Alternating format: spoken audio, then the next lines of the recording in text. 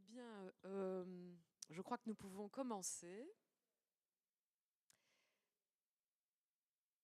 Bonsoir à tous et à toutes. Mesdames, messieurs, chers amis et chers amis de la littérature, chers représentants de PEN Belgique francophone. C'est avec une grande joie que nous vous accueillons aujourd'hui pour cette 3e conférence de la chaire des francophonies consacrée à une grande voix de la littérature réunionnaise et francophone, Monique Séverin. Alors, je dois dire que, retenue par un autre engagement, Madame la rectrice Anne-Sophie Nissen ne peut pas introduire cette rencontre et elle m'a demandé de le faire. Et je le fais d'autant plus volontiers que les intentions du projet de la chaire des francophonies, que j'ai découverte en fait en préparant cette courte intervention, me parlent beaucoup et rencontrent aussi ma pleine adhésion. En effet, au travers de cette rencontre, il me semble que nous réaffirmons quelque chose d'essentiel, que la littérature n'est pas simplement un ornement de la vie démocratique, elle en est une nécessité. Elle n'est pas un luxe réservé à quelques-uns, on l'espère, mais une manière irremplaçable d'éclairer le monde, de dire ce qui le traverse, de faire entendre ce qui, sans elle, resterait parfois tu, enfoui ou invisible. Accueillir PEN Belgique, c'est donc accueillir bien davantage qu'une institution littéraire, très ancienne je crois. C'est accueillir aussi une conception de la liberté de créer, d'écrire, la liberté de penser, la liberté de critiquer, la liberté d'échanger des idées. C'est aussi, au départ de la littérature, la liberté d'explorer sans contrainte les zones les plus sensibles, les plus complexes, parfois les plus inconfortables, de l'expérience humaine. La liberté des artistes, la liberté des écrivains ne sont pas des privilèges. Elles sont les conditions mêmes d'un rapport authentique au réel. Elles permettent de toucher à ce qu'il y a de vrai, de profond, de fondamental dans nos vies individuelles et collectives. Elles rendent possible ce regard sensible, lucide, inquiet, parfois blessé, mais toujours vivant, que la littérature pose sur le monde. C'est pour cela que les valeurs portées par PEN, qui s'intéressent d'abord et avant tout aux écrivains et aux écrivaines en personne, nous concernent si directement. Elle ne relève pas seulement du champ culturel, elle touche au cœur même de la démocratie, car une démocratie n'est pas simplement un régime de règles, de droits et d'institutions, elle est aussi un espace où la parole peut circuler librement, où les idées peuvent se confronter, parfois violemment, mais dans un registre cadré.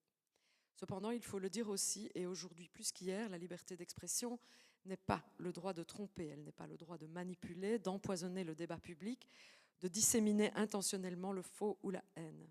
La liberté que nous défendons ici est une liberté responsable et honnête qui ne cherche pas à duper, mais à éclairer, à rendre possible une humanité partagée. Cette conception de la liberté est profondément humaniste. Elle repose sur une confiance dans l'être humain, dans les femmes et les hommes, dans leur intelligence, dans leur capacité d'invention, dans leur aptitude à se parler, à s'écouter, à se répondre, à imaginer ensemble un monde meilleur. C'est pourquoi ce projet, PEN Belgique, de chaire des francophonies, entre en résonance avec les valeurs de l'université, l'ouverture, l'universalité, le dialogue entre les cultures, le refus des enfermements, la reconnaissance de la pluralité des voix, l'attention aussi portée aux mémoires, aux blessures, aux héritages, aux injustices, mais aussi aux ressources de création et de réinvention dont chaque société est porteuse. C'est précisément ce que l'œuvre de Monique Séverin nous donne à entendre. Depuis la Réunion, elle écrit un monde singulier, traversé par l'histoire, par les tensions, par les héritages et les blessures aussi. Elle interroge les mémoires, les structures profondes, les places assignées, notamment celles des femmes. En mettant en mots la complexité d'un territoire, elle nous aide à mieux comprendre l'universel. La littérature a ce pouvoir unique. Plus elle est enracinée, plus elle parle à tous. Je voudrais remercier chaleureusement PEN Belgique francophone pour cette initiative qui fait donc dialoguer création littéraire, réflexion universitaire et engagement citoyen. Je vous adresse, Monique, notre grande gratitude. Merci d'être parmi nous et je nous souhaite à tous et toutes une très belle conférence riche de pensées, d'écoute et j'espère de partage.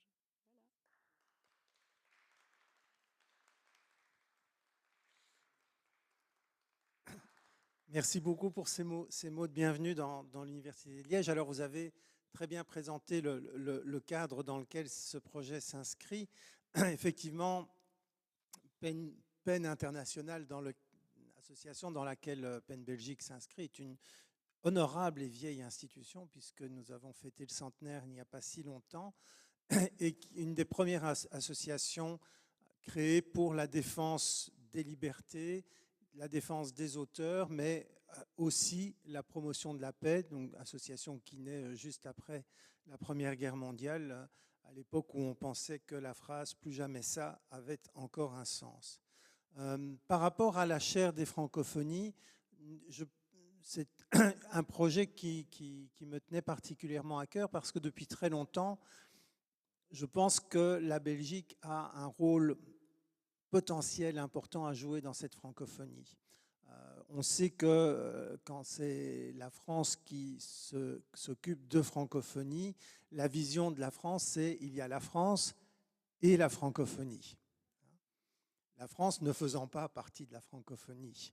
La France régentant la francophonie. Mais moi, je suis très heureux de dire à nos amis français qu'ils font partie de la francophonie et que, et sans doute, la Belgique a la possibilité de jouer un rôle moins mal interprété ou en tout cas avec des intentions réellement plus ouvertes pour faire vivre cette francophonie et faire entendre des voix qui couvrent cette francophonie qui va de Tahiti à Haïti et de Saint-Pierre-et-Miquelon à Madagascar. C'est quand même un fameux territoire.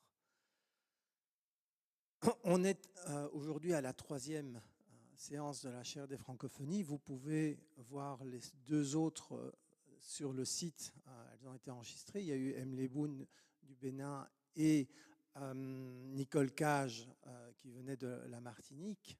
Ce soir, nous accueillons Monique Séverin qui vient de La Réunion. Et si le cœur vous en dit, le 7 avril, à Louvain-la-Neuve, nous aurons Jean-Luc Rahari-Manana qui représentera Madagascar.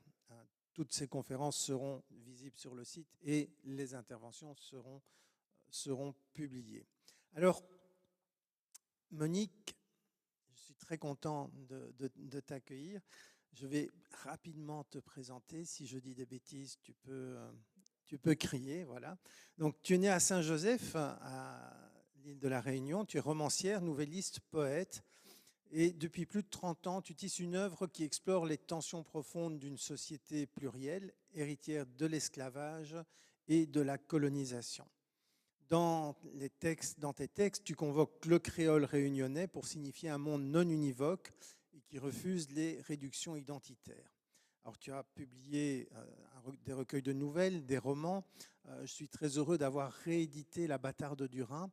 Et je songeais, et j'ai oublié son nom, à cette écrivaine turque très connue. Oui, c'est pas grave. C'est possible. En tout cas, dans une conférence TED, elle disait qu'en tant qu'écrivaine turque, les gens s'attendaient toujours à ce qu'il y ait beaucoup de personnages turcs dans ses romans qui fument beaucoup, des femmes voilées, et alors que ce n'est pas du tout ce qu'elle fait. Et c'est vrai, et ce que j'ai adoré dans ton œuvre, le premier roman qu'on a publié, La Bâtarde du Rhin, c'est que, eh bien, il s'approprie aussi une part de l'histoire que l'Europe a vécue et dans ses heures les plus dramatiques. Et c'est d'ailleurs un sujet que tu reprends dans le second roman que l'on vient de publier et dont peut-être tu nous parleras tout à l'heure. Ce soir, tu vas nous parler donc d'écrire en terre bâtarde. Dans quelle langue parler d'un monde jeune, incertain, tourmenté mais prometteur? Tu es française et francophone, tu vis beaucoup plus loin de la France que de Madagascar ou de l'Afrique. Tu as donc une voix éminemment francophone que nous allons écouter maintenant. Merci beaucoup.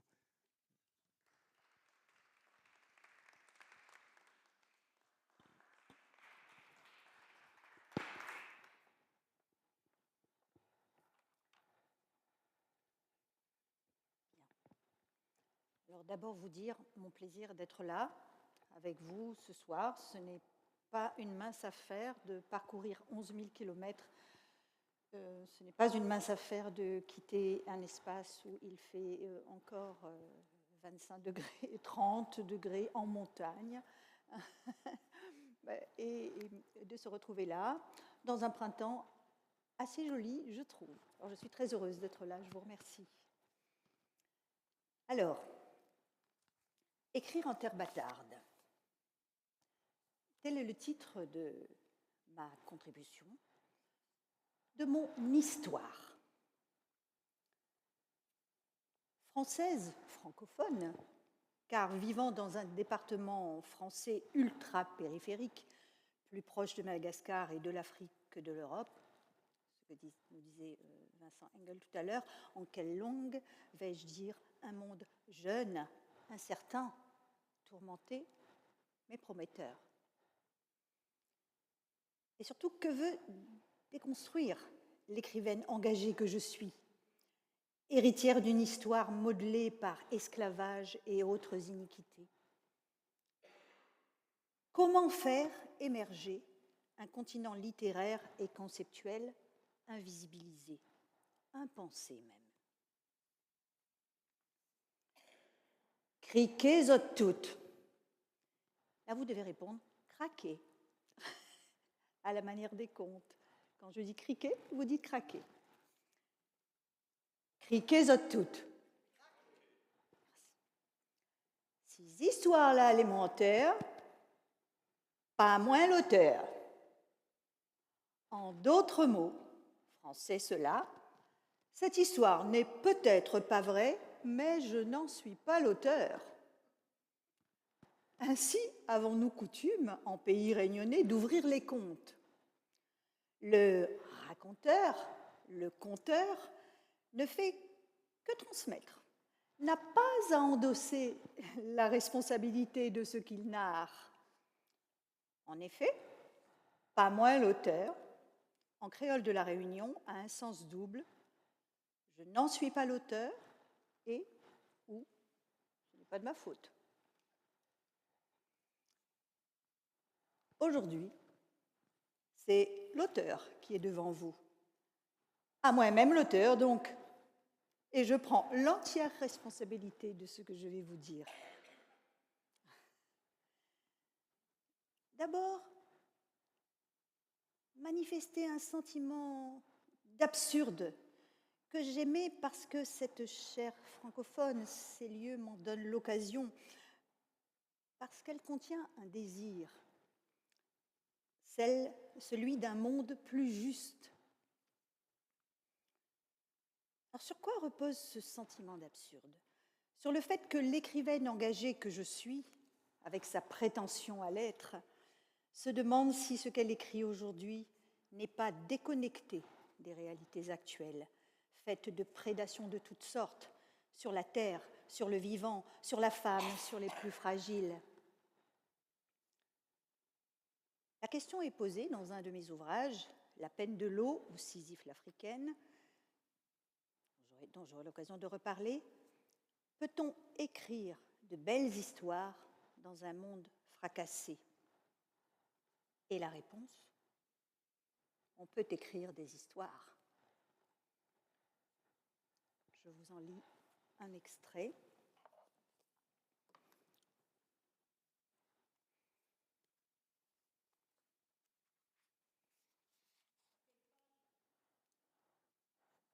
Vous ne l'avez pas, celui-ci. Non, madame. On peut écrire des histoires, y compris celles d'un monde encore invisible. Comme sous les cendres de Pompéi, ont pu être conservés des milliers de graffitis précieux pour notre connaissance de l'intimité des gens. Sous quel linceul devons-nous chercher les traces de notre histoire intime, séquestrée? On peut écrire des histoires, y compris celles d'un monde en déliquescence. Celui-là étroitement lié à l'autre, l'invisible, qui peine à se dire, ces sons, ces vibrations, ces mouvements étouffés par notre hubris. Il dit, l'artiste qui veut conserver ce qui va disparaître, ce Ce monde est le triste résultat de notre volonté de dominer la terre, la femme. Et comment ne pas vous conter l'origine de ma dernière histoire? Un histoire menteur, puisqu'il s'agit d'un roman, d'une fiction, Le Berceau rouge. Ces histoires-là, les menteurs, pas moi l'auteur. Comme Louis, le personnage principal, j'ai trouvé dans un grenier un ouvrage peu ordinaire. Un frère, vivant en Bretagne, me rapporta un jour une caisse de livres que lui avait donnée une vieille dame. Les livres de mon mari, je ne sais qu'en faire. La caisse monta au grenier de la maison qui était mienne à l'époque, et je ne m'en préoccupais qu'après la sortie de La Bâtarde du Rhin en 2016. Préciser que ce roman, Vincent en a parlé tout à l'heure, réédité en 2024 par Edern Éditions, évoque les idéologies néfastes qui ont servi de fondement à l'esclavage et au nazisme. Idéologies que l'on voit, hélas, ressurgir sous des formes diverses dans nos mondes.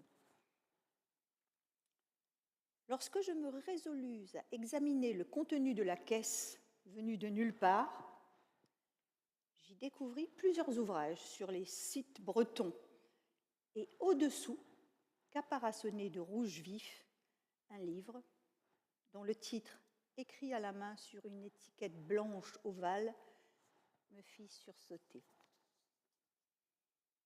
Je vous le donne en 1000, je vous le donne en 100. Mein Kampf, mon combat.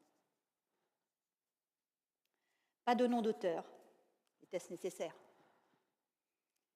Mais quid du titre allemand doublé du titre traduit en français?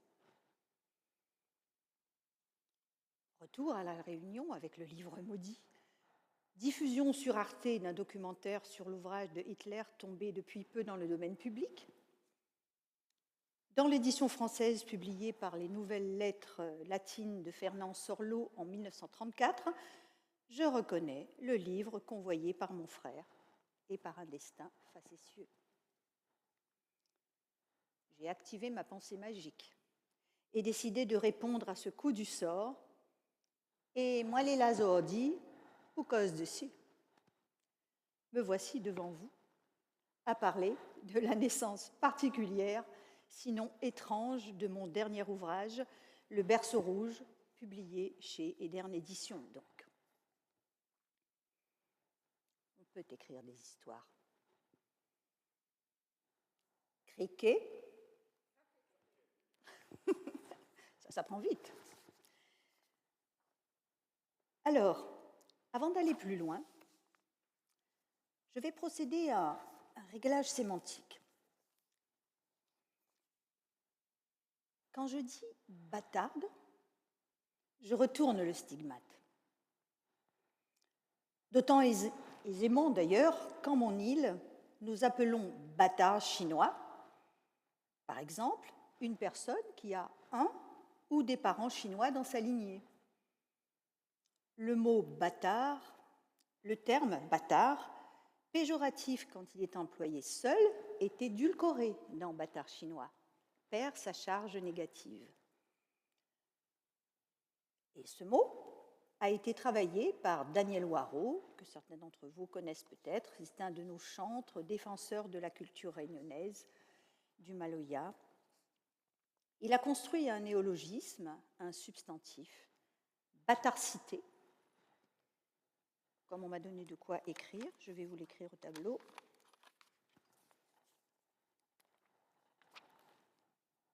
Alors, c'est un terme du créole réunionnais, bâtardcité.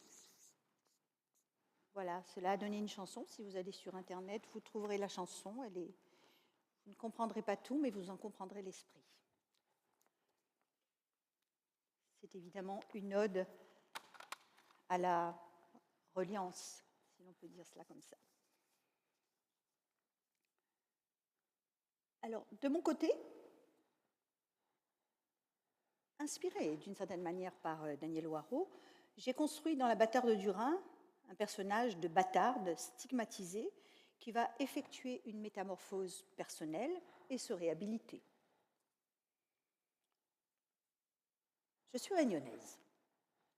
Et cela interroge l'intégration de mon œuvre dans l'ensemble dit francophone. Département ultramarin, la Réunion est française. Cela lui a valu de ne pas être invité, ainsi que les Antilles, à un salon dédié aux littératures francophones en 2006. Nous sommes français, et non pas francophones. En effet, l'idée de la francophonie, même si largement remise en question sous cette acception, implique un centre, on le disait tout à l'heure, la France, et une périphérie. Région ultra-périphérique, la Réunion en l'occurrence. Nous serions donc des Français francophones. Et l'écrivaine que je suis est donc bâtarde dans l'œuf politico-géographique. Ajoutez à cela que la période coloniale, sur une île perdue dans l'océan Indien, rattachée en 1946 au navire amiral que nous appelons encore, de façon un peu déférente, métropole, avec un M majuscule, a engendré un monde qui ne pouvait se dire avec la seule langue française. Peuples divers, d'aucuns arrachés brutalement à leur culture, à leur langue, nécessité de créer un vecteur de communication commun. Ainsi est né le créole bourbonnais, la Réunion s'appelait Bourbon, devenu créole réunionnais. Quid de la francophonie dans ce contexte? Le français s'est logiquement positionné comme la langue dominante, quand le créole a occupé un rôle vernaculaire, utilitaire, placé dans la bouche de tous, esclavisé, puis engagé, essentiellement indien, venu remplacer la main-d'œuvre servile, mais aussi esclavagiste, devenu patron. Préciser, même si cela tombe sous le sens, que le français était le précaré des blancs ou assimilés, langue haute, langue du savoir, il n'était pas destiné à être transmis aux dominés. Ainsi, même si le Code noir ne prévoit pas explicitement l'interdiction d'alphabétiser les esclaves, des mesures locales décourageaient, sinon interdisaient, les moyens d'accès au savoir. La lecture et l'écriture étaient perçues comme un risque de rébellion, un outil pour falsifier des papiers ou encore un moyen de communiquer ou de s'organiser. Cela dit, le Code noir exige une instruction religieuse, donc une forme de transmission de savoir. Il exige cela tout en maintenant les esclaves dans une condition juridique d'incapacité totale. Cela crée une contradiction fondamentale. Comment apprendre la morale chrétienne sans donner les moyens intellectuels d'autonomie? La dite instruction relève alors davantage d'un endoctrinement doublé d'une mesure de précaution. Je l'évoque dans un de mes ouvrages qui a pour titre Opus Incertum. C'est un ouvrage poético-polémique, dira-t-on.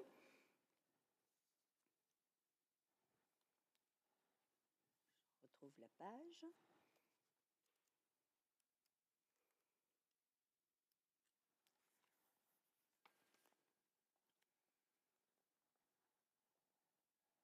Antiphonaire, bréviaire, missel, miscellanée, code noir, œuvre caporale, Bible sommairement exécutée, qu'on les brûle tous.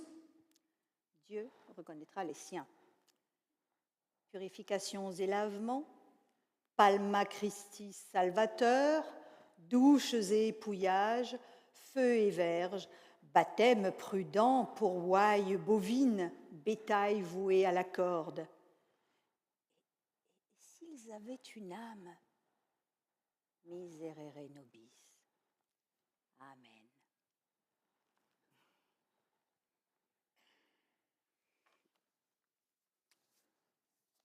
C'est donc sur fond de violence institutionnelle que va se créer à La Réunion un contexte qualifié par certains de dysglossique. Pierre Sellier, linguiste, dans les cahiers de praxématique de 1985, utilise ce terme médical signifiant une déficience de l'appareil phonatoire et l'applique à la situation sociolinguistique réunionnaise. De quoi s'agit-il? Les deux outils de communication utilisés dans l'île n'avaient pas statut égal, ce qui permet de parler de diglossie. Or, Pierre Sellier va au-delà en utilisant le mot dysglossie. J'y vois, de mon point de vue d'utilisatrice des deux langues, une manière de pointer un dysfonctionnement. En effet, longtemps considéré comme un patois, le créole réunionnais n'a été reconnu comme langue que tardivement, ce qui a généré chez ses locuteurs un inconfort, voire une insécurité, à peine soulagés aujourd'hui par la dite reconnaissance. Cet inconfort, décliné en évitement, honte ou manière d'aphasie, a des bases structurelles. Le créole a longtemps été interdit dans les lieux officiels, à l'école notamment, quand il était pratiqué massivement partout ailleurs. J'évoque le conflit linguistique ainsi généré dans plusieurs de mes ouvrages, tant cela me semble fondamental. La nouvelle au titre évocateur, Parle pas, est bâtie autour de ce conflit. Conteur doué et précoce, un élève est roi dans la cour de récréation, où il narre à ses camarades émerveillés histoires tigeant grand diable. Dedans, dans la classe donc, il perd sa superbe, sous les coups de boutoir de son institutrice zélée, réunionnaise, et finit par perdre aussi sa langue, d'où le sobriquet dont il sera affublé, Parle pas. Je vous propose de lire l'extrait d'une des nouvelles qui porte ce titre.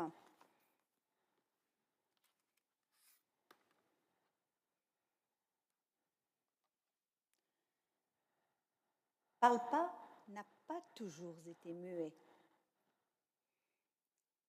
Pétillant d'intelligence les yeux noirs de l'enfant vif et enjoué qu'il avait été dans le temps longtemps. Il s'appelait alors René-Paul, était avant tout le enfant de Nénie, sa grand-mère. Son papa et sa maman travaillaient en bas chez des gens qui avaient jardin-maison à entretenir. Il montait rarement à Maramartin, au fin fond de Salazie, et c'est avec Nénie que René-Paul avait fait son entrée à l'école. Par les jours de vent cyclone, sa mémoire lui restituait l'étrange cérémonie qu'il avait menée en pays de silence. La maîtresse avait fait l'appel.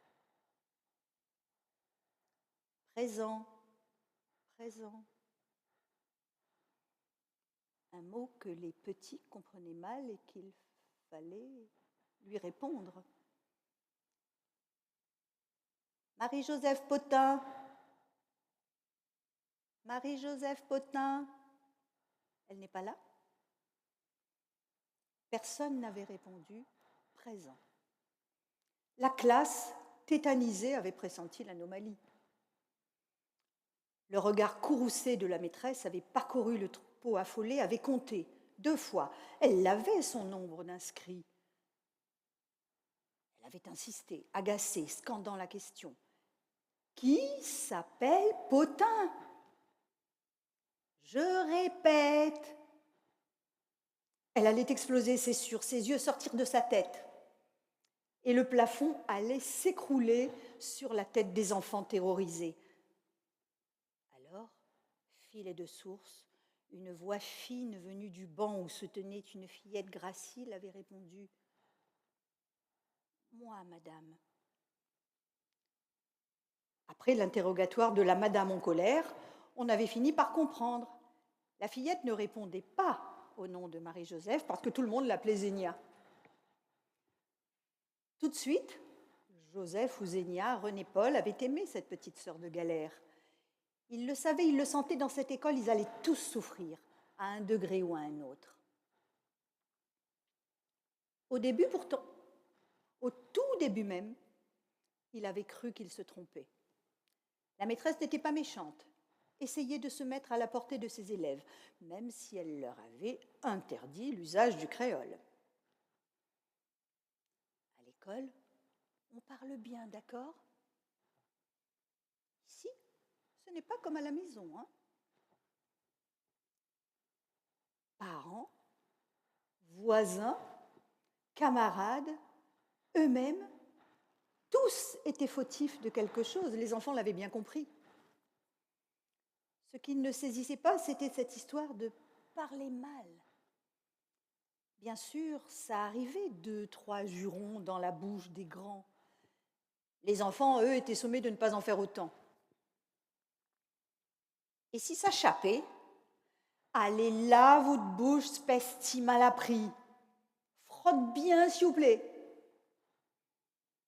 Ne pas se brosser la bouche, gros savon et dents, personne n'aurait osé, des fois qu'un juron essaierait de s'échapper encore. Moitié pour dédouaner leurs proches, moitié pour plaire à la maîtresse, tous avaient fait des efforts. Pas toujours fructueux. Seule Zénia parvenait à jouer de son tambour double face. Étonnamment lucide, elle avait compris. Il lui fallait vivre 2 vies, une à la maison, l'autre à l'école. Pour celui qui était devenu son camarade préféré, il en fut tout autrement. René-Paul, malgré les conseils de Zénia, abandonnait rapidement. Le roi, il était dans la cour de récréation où il retrouvait les garçons. Et lorsqu'il racontait contes à faire peur, les histoires bébêtes grands diables de ses oncles, il tenait son parterre à bout de voix. Même les filles se glissaient dans le rond pour écouter. Se trouver dehors à minuit, jamais. Mauvais esprit appelé par les chiens hurlant à la mort, comment les faire fuir? René-Paul connaissait plein de recettes fascinantes, et lorsqu'il se déployait pour raconter, joignant gestes et paroles, le merveilleux de son pays était là. Alors, Stigean l'attrape le bœuf par son 2 cornes. La cour du roi René attendait la suite de l'histoire de Stigean, cet enfant futé capable de tenir tête à grand diable, assez fort pour arrêter un bœuf en empoignant les cornes de la bête. Alors, Stigean l'attrape le bœuf par son 2 cornes. Le bonheur du gamin avait été sapé, coup de boutoir après coup de boutoir, déconfiture infligée par la jeune institutrice découragée. Pas de progrès véritable chez un élève qu'elle percevait pourtant comme intelligent. Il répondait vivement, plus en créole qu'en français, et elle était obscurément fière de cet enfant capable de décoder langues et concepts non familiers, lui qui évoluait en milieux socio-économiques difficiles. À son fiancé, le soir, elle expliquait « Il est intelligent cet enfant, tu te rends compte, il ne parle pas français chez lui et il capte tout ce que je dis. » Mais la conseillère pédagogique, légèrement menaçante, avait décrété « Ne pas accepter cela ad vitam aeternam ». Créole à proscrire, vite. Et même si elle sentait dans son encore vif que quelque chose de mauvais était à l'œuvre, l'enseignante obtempéra, abandonna. Tolérance 0 désormais.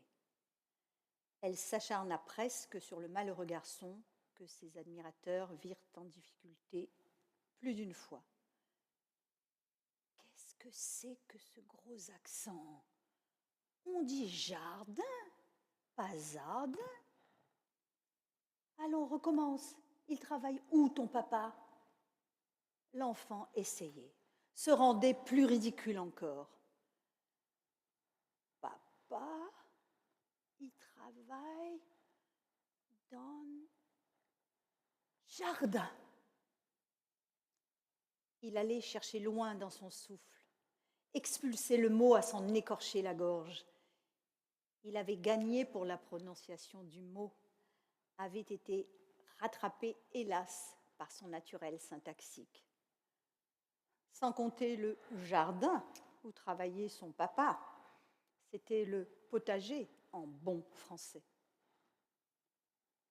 Lorsque la maîtresse mettait le garçon au coin, toute la classe voyait pencher dangereusement sa couronne de conteur.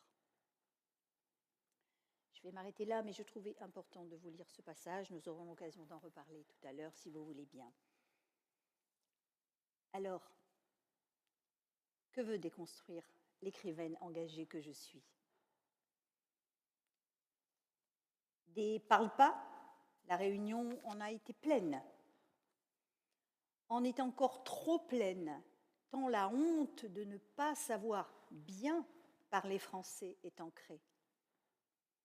Une certaine insécurité linguistique subsiste, tant à l'oral qu'à l'écrit, ce qui nous amène à la littérature. Bâtards sont mes textes, vous l'avez un peu remarqué, car ils sont alimentés par un terreau spécifique, délétère et somptueux. Ils sont à l'image des corps de chez moi, de mon corps à moi, de ceux qui ne rentrent jamais dans un vêtement standardisé parce que trop mince en haut, trop large en bas, non conforme au canon communément admis de la beauté. Alors, au lieu de s'évertuer à entrer dans le costume de l'autre à coups de sévices contre soi, contre son corps, contre sa chair littéraire, pourquoi ne pas se tailler vêtements à notre mesure, faits de pièces diverses, tapis de coin devenu somptueux tapis mendiant. Le tapis de coin est fait de chutes de tissu organisées au gré de l'avancée du travail de couture. J'aime également la métaphore de l'opus incertum, terme utilisé en architecture pour désigner cette mosaïque aux motifs aléatoires fait de tessons au rebut, œuvre incertaine, tellement en accord avec nos mondes en mouvement. Opus incertum, je vous l'ai dit, c'est donc le titre de l'un de mes ouvrages. Je vous en ai cité un extrait plus haut.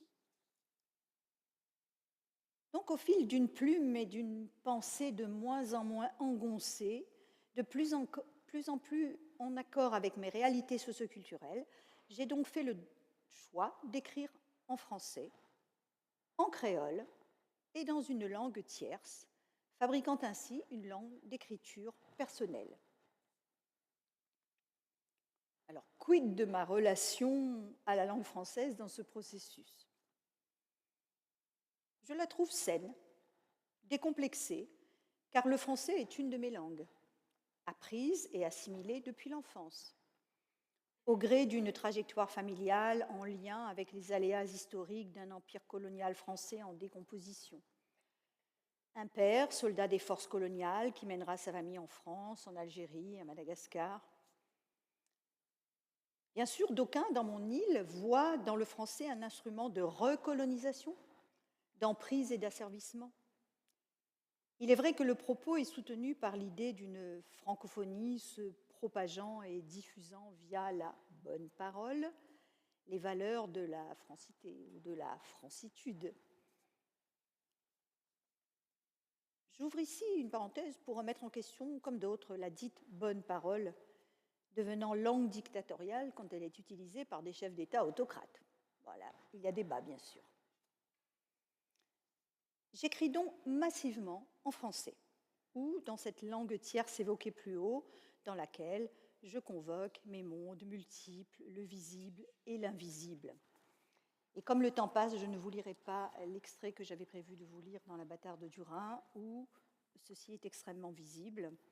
Mais mon personnage, l'un de mes personnages, que j'aime beaucoup, je m'attache à certains de mes personnages. Celle-ci, elle est juste épouvantable, mais elle m'a échappé, elle est devenue épouvantable.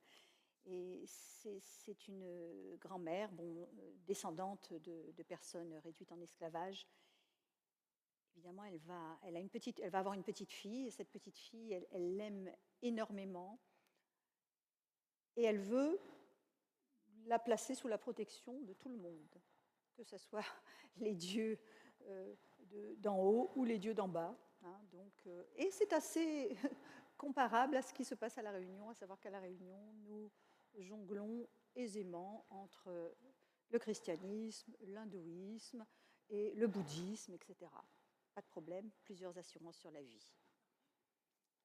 C'est pratique. Alors, anecdote éditoriale. Les correcteurs orthographiques et syntaxiques n'apprécient guère la bâtardité littéraire. Lorsque, toujours dans La Bâtarde du Rhin, j'ai voulu exprimer la fusion affective entre deux sœurs, m'est venue une image issue de l'imaginaire réunionnais, et j'ai écrit « Collé comme deux Lecchi philippines ». Collé comme deux Lecchi philippines.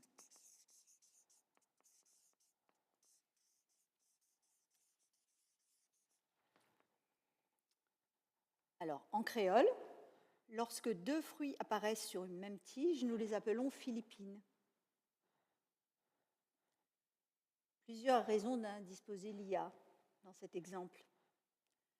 La graphie Lecchi, réunionnaise, se heurte à la graphie Litchi,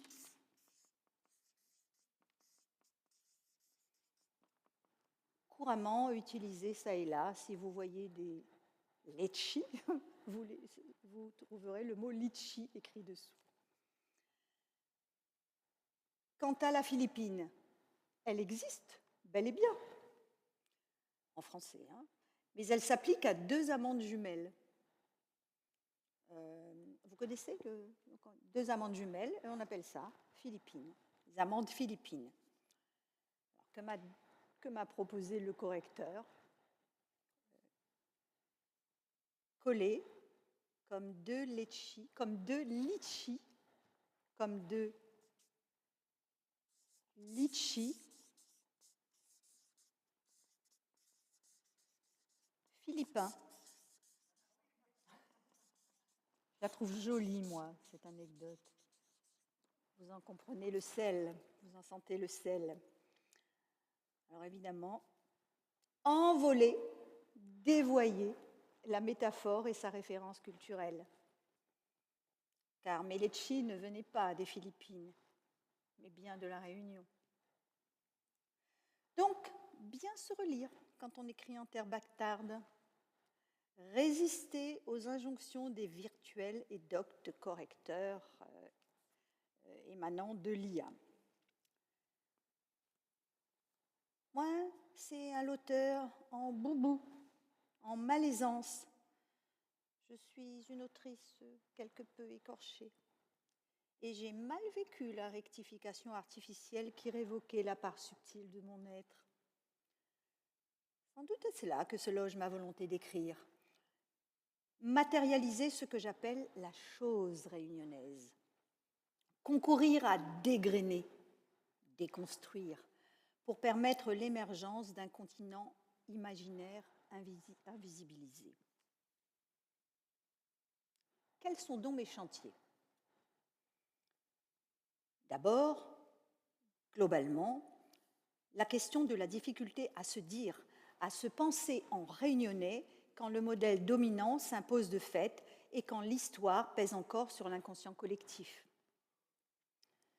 S'invite dans ce cadre une réflexion sur la condition des femmes en milieu post-colonial. Femmes cette peau, est un conte philosophique, évalué également comme roman, qui féminise une expression créole. Il dit « Caf n'a cette peau ». Je vous l'écris quand même. Caf n'a, je vous l'écris en graphie phonologique, Caf n'a cette peau. Vous comprenez facilement l'idée. On dit que le cafre, l'afro-descendant, à La Réunion, l'afro-descendant, on l'appelle cafre. La femme, c'est la cafrine. Moi, je suis un tout petit peu cafrine, tout petit peu. Il paraît que je suis blanche aussi de temps en temps, ça dépend des jours, ça dépend de l'interlocuteur. Alors, le caf, l'afro-descendant, aurait 7 peaux, tant il y en a fallu pour supporter le chabouk du maître. Juste ici du mot chabouk du réunionnais qui signifie fouet comme métaphore de l'asservissement. À mon sens, être femme et noire constitue un double handicap, d'où le titre « Femme, cette peau ». Une idée que je reprends dans La peine de l'eau ou Sisyphe l'africaine, où je postule que rouler sans rocher encore et encore est largement affaire de femme dans un contexte de suprématie virile. Et quand la domination de l'homme se double de la domination de l'homme blanc dans mes univers de référence, Sisyphe est une femme noire. La femme paie en effet un lourd tribut à l'histoire. C'est ce que je travaille notamment dans La bâtarde du Rhin et Le berceau rouge. Dans le premier, je mets donc en perspective 2 systèmes iniques, je vous en ai parlé tout à l'heure, l'esclavage et le nazisme. Et Cosima, l'héroïne du premier ouvrage, est une bâtarde du Rhin, née d'une Allemande et d'un soldat réunionnais des forces coloniales, entrée en Rhénanie en 1918. Juste préciser que ces forces coloniales avaient été appelées la force noire, étaient censées être composées uniquement de tirailleurs sénégalais, ce qui n'est pas tout à fait vrai, puisque tous les soldats de l'Empire français ont été enrôlés pour participer à la guerre. Donc, je postule qu'un Réunionnais y est allé et a rencontré une jeune Allemande. Alors, produit de ce qui sera appelé la honte noire, les bâtards du Rhin vont être poursuivis et soumis à la stérilisation forcée. Je ne sais pas si vous connaissez cet épisode, nous aurons peut-être l'occasion d'en reparler. Cosima devra remonter à ses origines paternelles pour comprendre que dans une île perdue au fond de l'océan Indien, l'esclavage avait réduit des humains à l'état d'objets et provoqué sa propre perte dans l'Allemagne nazie. En écho à ces démarches monstrueuses, dans Bourbon, esclavagiste, l'ex-île de la Réunion, les femmes réduites à leur corps et à leur ventre, soumises au bon vouloir du maître. Pendant les années 60, les enfants dits de la Creuse, enlevés de leur famille pour peupler les départements français déficitaires. Ou encore la terrible affaire de la clinique Moreau. Des femmes avortées sans leur consentement et même stérilisées. Elles étaient de milieux modestes et souvent brunes. C'est une litote pour dire de peau foncée. Dans mon île, même si cela tend à s'estomper, le caf et la cafrine, réunionnais d'origine africaine, demeurent au bas de l'échelle sociale. La question de la racialisation ou de la racisation traitée dans La bâtarde du Rhin, où l'héroïne est noire en Allemagne, blanche à La Réunion, sera reprise dans Le berceau rouge, puisqu'il y est question du Lebensborn. C'est un vieux mot, c'est un mot du vieil allemand qui signifie fontaine de vie. Projet eugéniste initié par Himmler en 1935 et destiné à fabriquer des enfants parfaits, le Lebensborn ne pouvait qu'interpeller la réunionnaise bâtarde que je suis. À travers ces ouvrages, j'interroge les mécanismes qui poussent à inférioriser un être, un groupe humain, en le disqualifiant. Ceux aussi qui font se rallier un grand nombre à des idéologies destructrices. Dans Le berceau rouge, Ziska Keller en est un exemple. Je vous en lis un extrait. Donc, Le berceau rouge. Je vous donne la page. Avec mes lunettes, ça va aller mieux. Hop. J'ai surligné, mais j'y vois encore moins quand je surligne. Page 23-24, madame.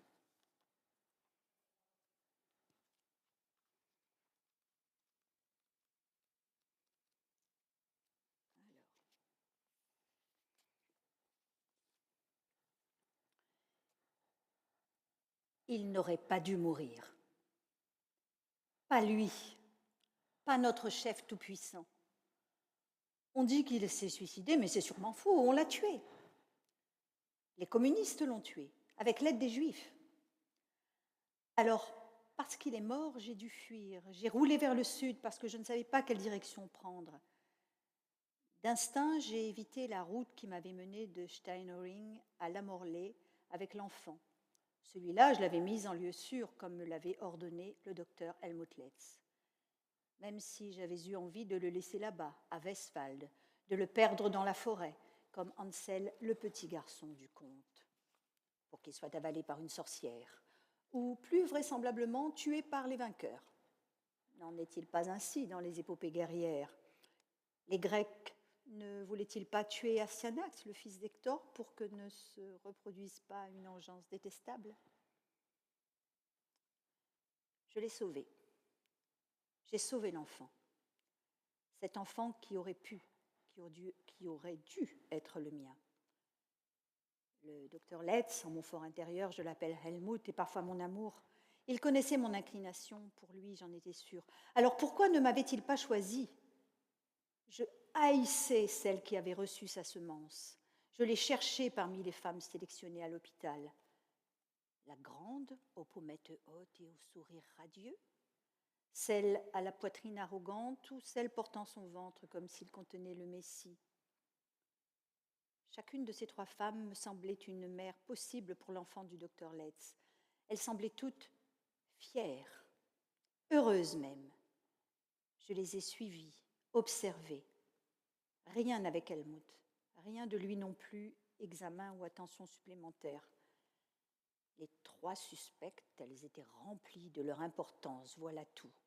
Ce n'est pas rien de porter un SS-Kind, d'être la mère d'un être supérieur.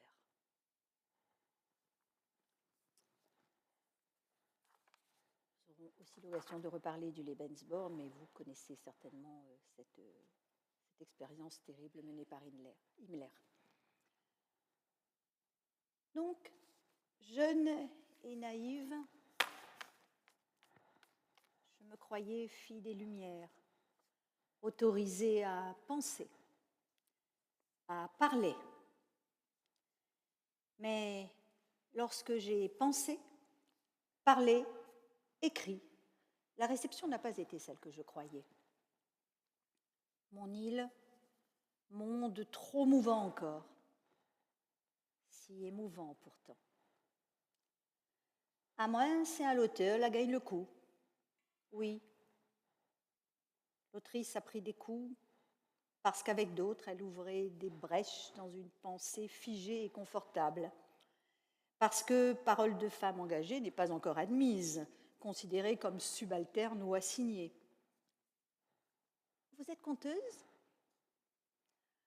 À cela, je réponds, quand je ne suis pas trop lasse du poncif, il ne suffit pas d'être femme pour compter. Il faut aussi un talent que je n'ai pas. N'est pas Cantadora qui veut. Et je répète à l'envi ce slogan publicitaire ancien mais reproduit insidieusement ça et là. Il est une île où les femmes sont belles et où l'amour les doux. Doublement subalternisé, mon genre, mon appartenance à des mondes décolonisés. Je ne pouvais que chercher à retravailler une sinistre partition. Mes prétentions donc, casser les malédictions et faire émerger un continent invisibilisé. Jeune et naïve, disais-je plus haut, je clamais que je n'avais aucune envie de me couler dans le moule français, que je ne voulais pas l'égalité car je trouvais ce concept inadéquat. Peut-on courir comme un géant quand on a des jambes de Lilliputien, ou le contraire? Il me semblait que nous avions été conditionnés pour rattraper l'autre, celui du modèle dominant, alors que nous n'avions rien à rattraper. Nous avions à être. Et de rédiger des billets dans le coin lecteur des journaux d'alors. Ai-je envie de me conformer aux exigences et aux modèles d'un monde ancien quand mon monde à moi pulse autrement, sève nouvelle dans le réseau conceptuel, comportemental, relationnel? Quand on est jeune et naïf, c'est comme ça qu'on parle. Je n'ai pas lâché cette idée, cela dit, malgré l'âge venu. Elle m'habite encore dans mon rapport au monde et dans l'écriture.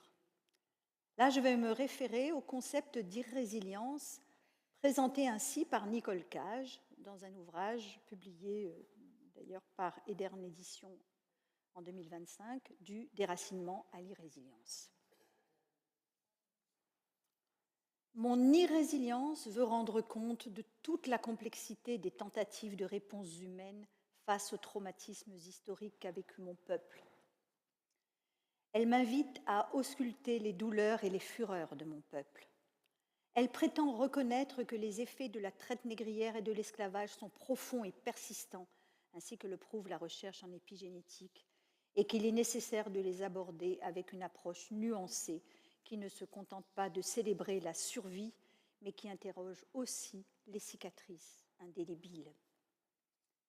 Elle m'amène à aborder des sujets tabous, folie au féminin, inceste, à m'inscrire dans un devoir de mémoire et une prospection identitaire, à m'interroger sans cesse.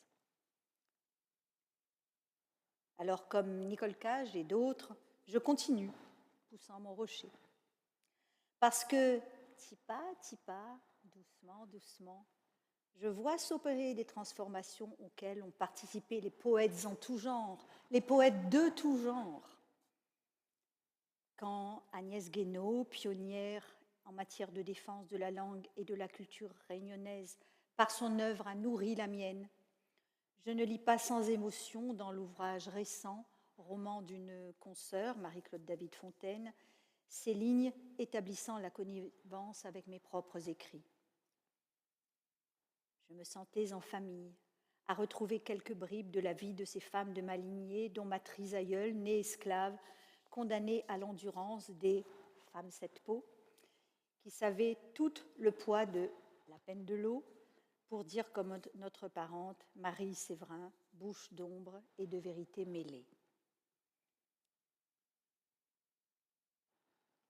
Originellement, il me semblait handicapant d'être à la fois femme, réunionnaise, noire et créolophone, tant cela impliquait de minorité et de dépendance. Mes recherches, universitaires ou autres, ont eu la féminité pour objet dans ce qu'elle a d'universel, mais aussi dans ce qu'elle a de spécifique dans l'univers insulaire qui est le nôtre. Dans mon premier recueil de nouvelles, notamment Némésis et autres humeurs noires, je pose l'esclavage et la colonisation comme créateurs de distorsions. Mais ces humeurs noires n'empêchent pas le grand féminin de s'exprimer dans ce qu'il a d'essentiel. Passeuse et initiatrice, celle qui élève, qui tire vers le haut, dans Poenti Cafrine et dans Ma trouve un petit place, poèmes en créole, où les complexes deviennent parures, où femmes et hommes trouvent leur juste place. La sage-femme, ou la Koué-Sabé, elle figure dans Femme sept peaux. Le personnage de la vieille femme est une figure archétypale, celle de la Koué-Sabé, la femme qui sait, qui détient des secrets ontologiques. C'est cette femme, cette sachante qui apparaît aussi dans Madame sans langue, une nouvelle, et dans La bâtarde du Rhin et Le berceau rouge. Et puis, je ne veux plus m'inscrire dans une logique de résistance, de marronnage. Le marronnage, vous savez, c'est le fait que les personnes réduites en esclavage se soient enfuies. Donc je ne veux plus m'inscrire dans une logique de résistance, de marronnage comme nos ancêtres enfuis dans les montagnes, parce que cela implique que j'accepte le système qui nous a broyés, dont nous subissons les séquelles, que je renforce en le combattant. Je ne veux pas non plus de réparations qui m'inscrivent en victime. Je veux sortir du cercle vicieux où le bourreau existe parce que je suis victime. Je veux contribuer par l'écriture à changer le plomb en or. Et c'est d'une certaine manière ce que je fais dans Le berceau rouge.